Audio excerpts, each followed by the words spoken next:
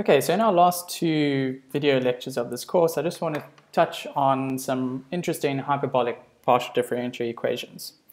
Hyperbolic PDEs can be used to solve problems that involve, for example, water waves or water hammer, or perhaps even the structural dynamics of some system.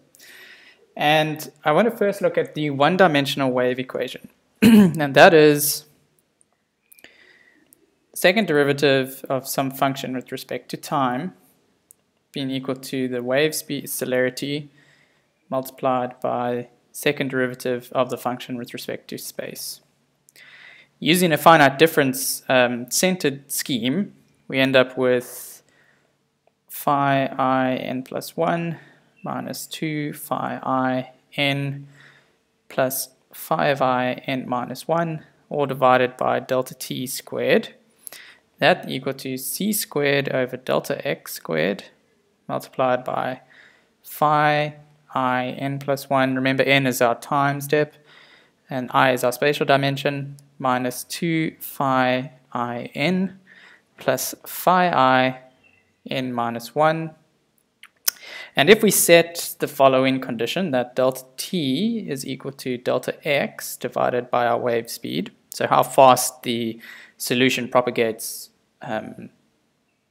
through the domain, then we have the following. That is phi at I n plus 1 is equal to phi I plus 1 n plus phi I minus 1 n minus phi I n minus 1. And it can be shown that this formulation yields exact results, which is quite interesting. So just to draw this up, the solution really just looks like this. So if we have a spatial grid and a time grid, the following node definition, that's I plus 1, I minus 1, n minus 1, and n, we draw on the following points to solve for our partial differential equations. Okay, so at time equals 0, we use the following boundary conditions. So at n equals 0, our boundary condition is phi I minus 1 equals phi I at 1 minus some function of x times 2 delta t. Okay, this function g maps the spatial relationship of our variable of interest. Okay, and we must also specify the initial conditions.